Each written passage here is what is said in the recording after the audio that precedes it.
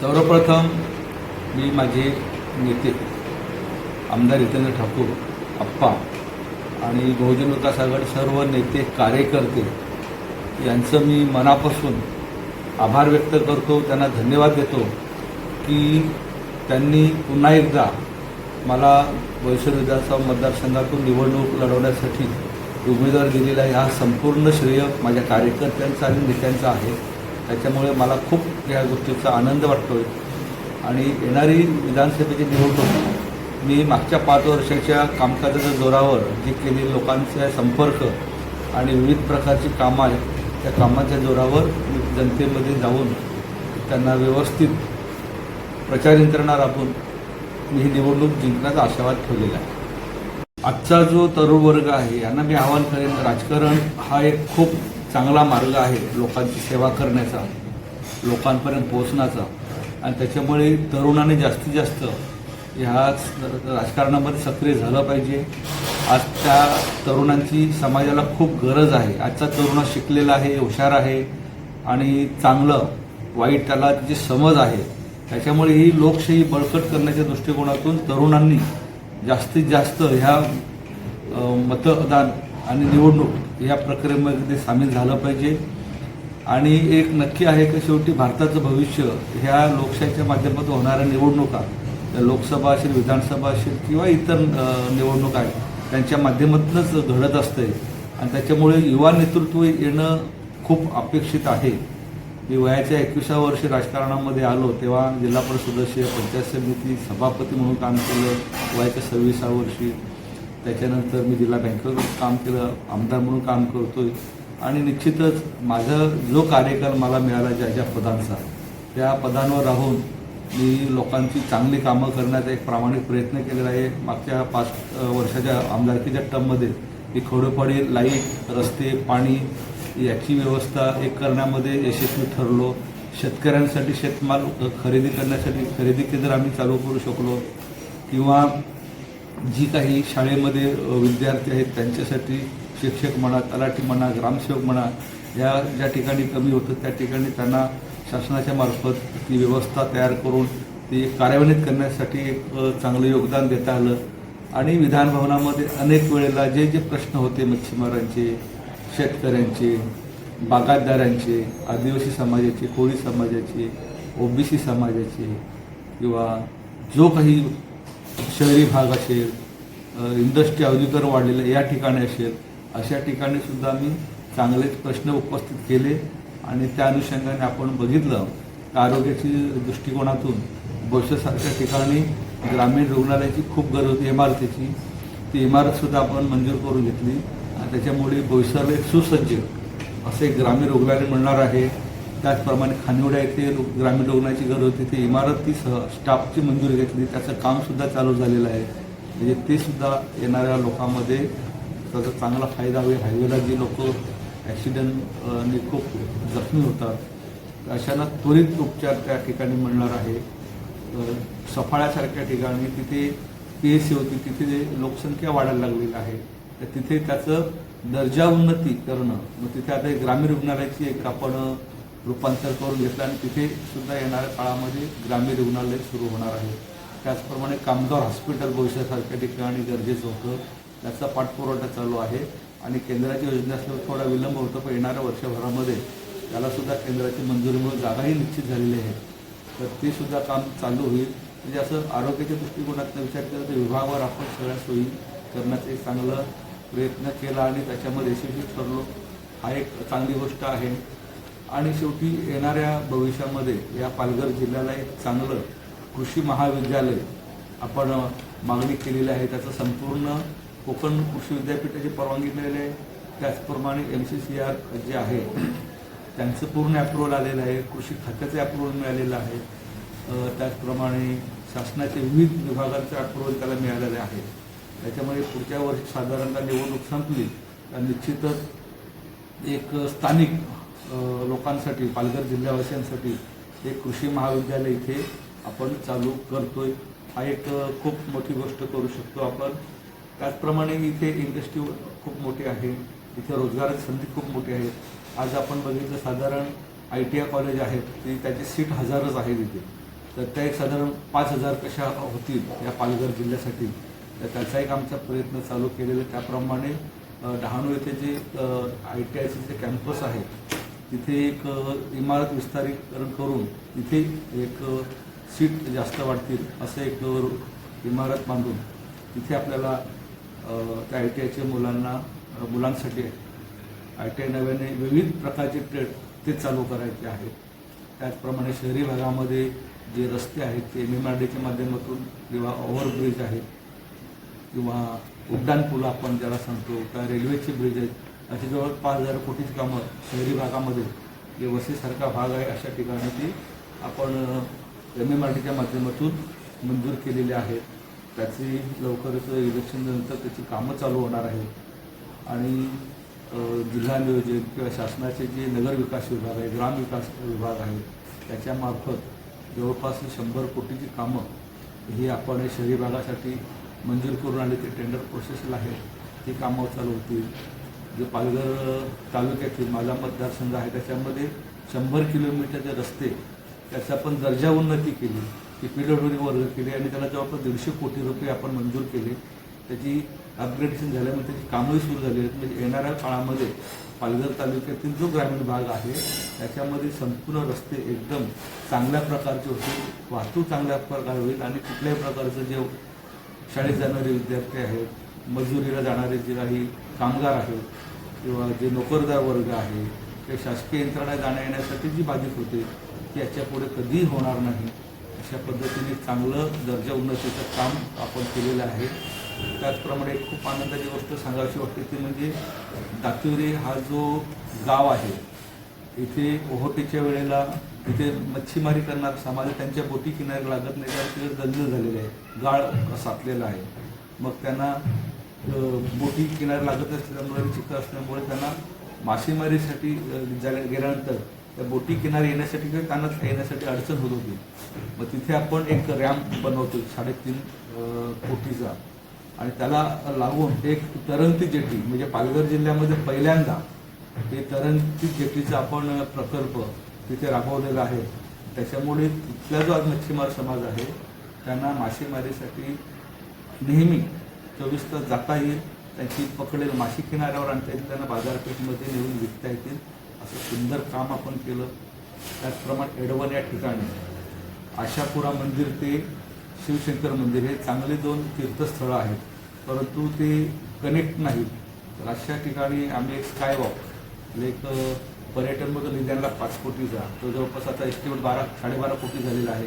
12.5 कोटीचा निधी मिळाल्यानंतर ही दोन्ही मंदिरं हे जोडले जातील आणि त्याच्यानी जो भाविक आहे, पर्यटक आहे, तिथे खूप चांगल्या प्रकारे त्यांना सोयी सवलती मिळतील अशा पद्धतीने ते पर्यटनच्या माध्यमातून काम केलेलं आहे.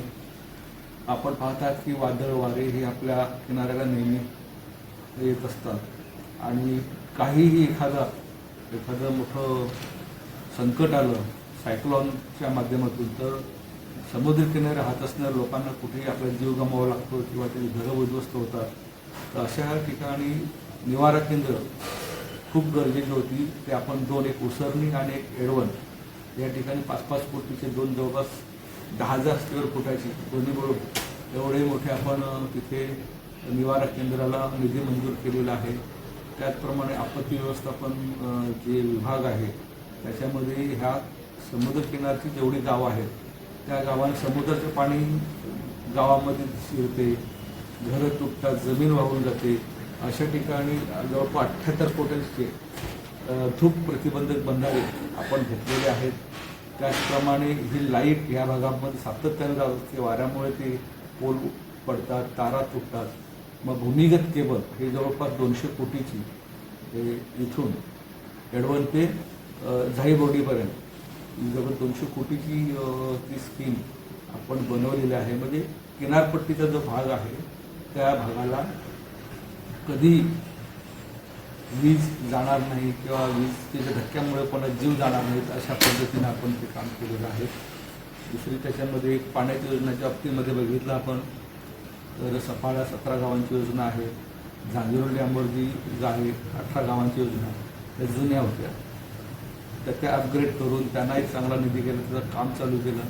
त्याच्यामुळे जी एकदम टेंबी खोडावे म्हणा किंवा तातिवरे, कोरे, खारडी ही जी गावं नेहमी पाण्यापासून वंचित राहायची किंवा पाणी स्लो जायचं, लिकेज असल्यामुळे त्या लोकांना 2-2, 3-3 दिवस पाणी मिळत नव्हतं.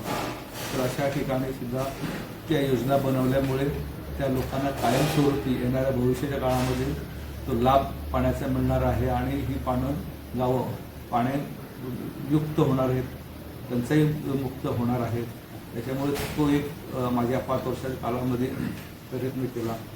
वसई तालुक्यामध्ये 21 गावांची योजना आहे, जी चांदीप झाला, उसगाव झालं, किल्ले, करंजोन, सायवन, मिळे, वडगर, कळंबोन, भिनार, आडणे या सगळ्या गावांना एक 21 कोटी योजना आपण इथे सँक्शन केलेली आहे आणि त्यांना त्याच्यापुढे एकही पाडा त्या पाड्यातलं घर पाण्यापासून वंचित राहील.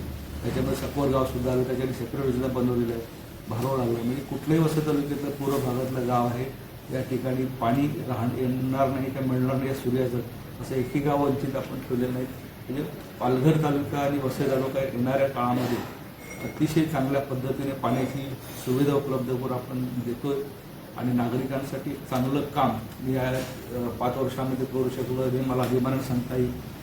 त्याचप्रमाणे शेतकऱ्यांसाठी आपण विचार केला तर भात खरेदी केंद्र नव्हती त्याच्या अगोदर, मग शेतकरी भात जर लावायचा म्हटलं तर त्याचं विकायचं कुठे, व्यापारी त्याची लुटमार करत होते. 1100-1200 रुपये क्विंटलने त्यांच्याकडनं भाव देऊन ती घ्यायची. मग ह्या भागामध्ये साधारण पालघर तालुक्याचा विचार आपण केला तर बरामपूर, त्याच्यानंतर वरई फाटा, लालठाणे, चहाडे, हालोली जिथे तिथे गोडाऊन उपलब्ध झाली त्या ठिकाणी आपण भात खरेदी केंद्र चालू केले. वसई तालुक्यामध्ये शिरवलीला चालू केलं, मेढ्याला चालू केलं, मध्यंतरी भिनारला चालू केलं आणि त्या बाबतीमध्ये कधी मागच्या वर्षी गोडाऊन मिळत नव्हती तर माझी स्वतःची पोल्ट्री शेड आहे ती उपलब्ध करून दिली. परंतु शेतकऱ्यांचं जास्तीत जास्त भात खरेदी केला आणि जवळ 2500 रुपये त्यांना भाव मिळाला. म्हणजे शेतकरी हा समृद्ध झाला. भात शेती लावण्यामध्ये तो पुढे अग्रेसर झाला आणि पुढे आला. त्याच्यामुळे शेतकऱ्यांच्यासाठी पण आपण चांगल्या प्रकारे काम करू शकलो. वेळोवेळी जे काही विम्याचे पैसे मिळत नाही त्या बाबतीमध्ये आपण शेतकऱ्यांना एक विमा कंपनीशी बोलून विमा लवकर त्यांना कसं देता येईल अशा पद्धतीने त्यांना सूचना केल्या. काही काहींना मिळालंसुद्धा, काही काहींना त्या प्रक्रियेमध्ये थोडं काही गोंधळ असल्यामुळे मिळालं नसेल कदाचित, परंतु मोस्ट ऑफ शेतकऱ्यांना आपण तो लाभ देऊ शकलो याचंही मला खूप मोठं समाधान आहे. म्हणजे अशा विविध प्रकारच्या योजना आणि अल्पसंख्याक समाज आहे, दलित समाज आहे, त्यांच्या एकही गाव असं नाही, आदिवासी पाडे आहेत तर तिथे आपण रस्ते केले नाहीत, अंतर्गत रस्ते, जोड रस्ते आहेत, लाईट आहेत जी सिंगल फेज आहे ते 3 फेज झाली पाहिजे, आदिवासी पाड्यापर्यंत गेलं पाहिजे. अशासाठी एक आपण चांगलं जिल्हा नियोजितच्या माध्यमातून एक एस्टिमेट बनवलं आणि ते त्या आदिवासी भागामध्ये आपण ते लाईन 3 फेज करतोय. त्याच्याने काय होणार आहे, संपूर्ण आदिवासी भाग आहे हा चांगल्या प्रकारे लाईट तिथे जाणार आहे आणि एक ढेकाळा या ठिकाणी सबस्टेशनला जागा मिळून तिथे एक आपण 200 kVचं एक सबस्टेशन बनवतो जेणेकरून जो ग्रामीण भाग आहे पालघर तालुक्याचा, मग त्याच्यामध्ये लांजा, ढेकाळा, वैरीपोंडा, जायशेत, खैरे, दैसर, साखरे, नावजे, हालोली, बोट, सावरे, इंगूर, कुडे ही जी 25 गावं आहेत त्या 25 गावांच्या पावसाळ्यामध्ये खूप वीज पुरवठा खंडित होतो आणि ही कायमस्वरूपी समस्या अनेक वर्षापासून होती. परंतु त्यांचं सबस्टेशन हे सावरखंड असल्यामुळे ती जवळपास 70 किलोमीटरची लाईन फिरून त्या गावागावाला जात होती आणि कुठेतरी एका ठिकाणी ट्रिप झाला तर तो संपर्क म्हणजे लाईटच जात होती. तर तो एक प्रयत्न करून ती त्याची इरिगेशन डिपार्टमेंटची जागा होती ती आपण मिळवली आणि ते MSCBला आता वर्ग करतो. आता येणाऱ्या काळामध्ये ही जी गावं आहेत त्याचा कायमस्वरूपी हा प्रश्न निकाला येणार आहे, फुल व्होल्टेज लाईट येणार आहे. हा एक आपण चांगलं काम करू शकलो. आणि शेवटी काम करत असताना जे वैयक्तिक लोकांचे कामं असतात, मग तहसीलदार कार्यालय असेल, प्रांत कार्यालय असेल, तर त्या बाबतीमध्ये माझं नेहमी पालघरला येणं जाणं राहिलं.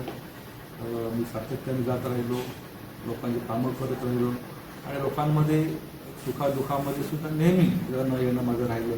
वसई महानगरपालिका क्षेत्रामध्ये सुद्धा खूप लोकांची भेटीगाठी घेऊन त्यांच्या दारापर्यंत पोचलो, कामं करलं किंवा प्रयत्न केला. गटर असेल, लाईटचे प्रश्न असतील, रस्त्याचे असतील, असे जे जे काही मला सांगितले किंवा वसई महानगरपालिकेने एक मध्यंतरी GR काढला होता. शासनाची कमिटी नेमली आणि ती कमिटी नेमून त्या झोपड्यामध्ये राहणाऱ्या लोकांची घरपट्ट्या वाढवल्या, त्या नोटीस देऊन त्यांची फसवणूक करत होते किंवा चुकीचं मार्गदर्शन करून त्यांना त्रास देत होते. हा प्रश्न विधानभवनामध्ये मी उपस्थित केला, कमिशनरला पत्र लिहिलं आणि हा प्रश्न त्वरित बंद केला. आणि जी पूर्वीसारखी घरपट्टी जी प्रभाग समिती लेवलला असायची चालू, त्या पद्धतीने ती केली. त्याच्यामुळे लोकांना सुद्धा तो खूप मोठा दिलासा पण मिळाला. पाणी महानगरपालिका क्षेत्रामध्ये जे पूर्वी 15 लोकांना एकत्र कनेक्शन द्यायचे, आता 5 लोकांना एकत्र येऊन कनेक्शन आपण द्यायला सुरू केलं. म्हणजे आता पाण्याची पण समस्या आपण आपणच्या माध्यमातून दूर केल्यामुळे त्या शहरी भागातल्या लोकांनासुद्धा पाणी चांगल्या पद्धतीने मिळाल्यावर आता लोक खूप खुश आहेत. त्याच्यामुळे येणारा जो काळ आहे त्याच्यामध्ये जो निवडणूक मी लढणार आहे, त्या निवडणुकीमध्ये निश्चित मला सगळ्या लोकांनी मदत करावी. जे काही मी वेळ दिलेला आहे, कामं करण्याचा प्रामाणिक प्रयत्न केलेला आहे आणि बऱ्यापैकी कामं करण्यामध्ये यशस्वी झालं असं मला वाटते. तरी काही चुका राहिल्या असतील, कामही राहिले असतील. येणाऱ्या काळामध्ये पुढच्या टर्ममध्ये मला द्या निवडून, पुन्हा मी जोराने कामं जी बाकी आहेत ती करेन आणि शेवटी जनतेचा आशीर्वाद असेल तरच कोणीही उमेदवार हा पुढे जाऊ शकतो, विजय होऊ शकतो. मला खात्री आहे की जनता मला निश्चितच या निवडणुकीमध्ये प्रेम देईल, सहकार्य करेल आणि भरघोस मतं मला देतील आणि निवडून आणतील, याचा मला खूप खात्री आहे.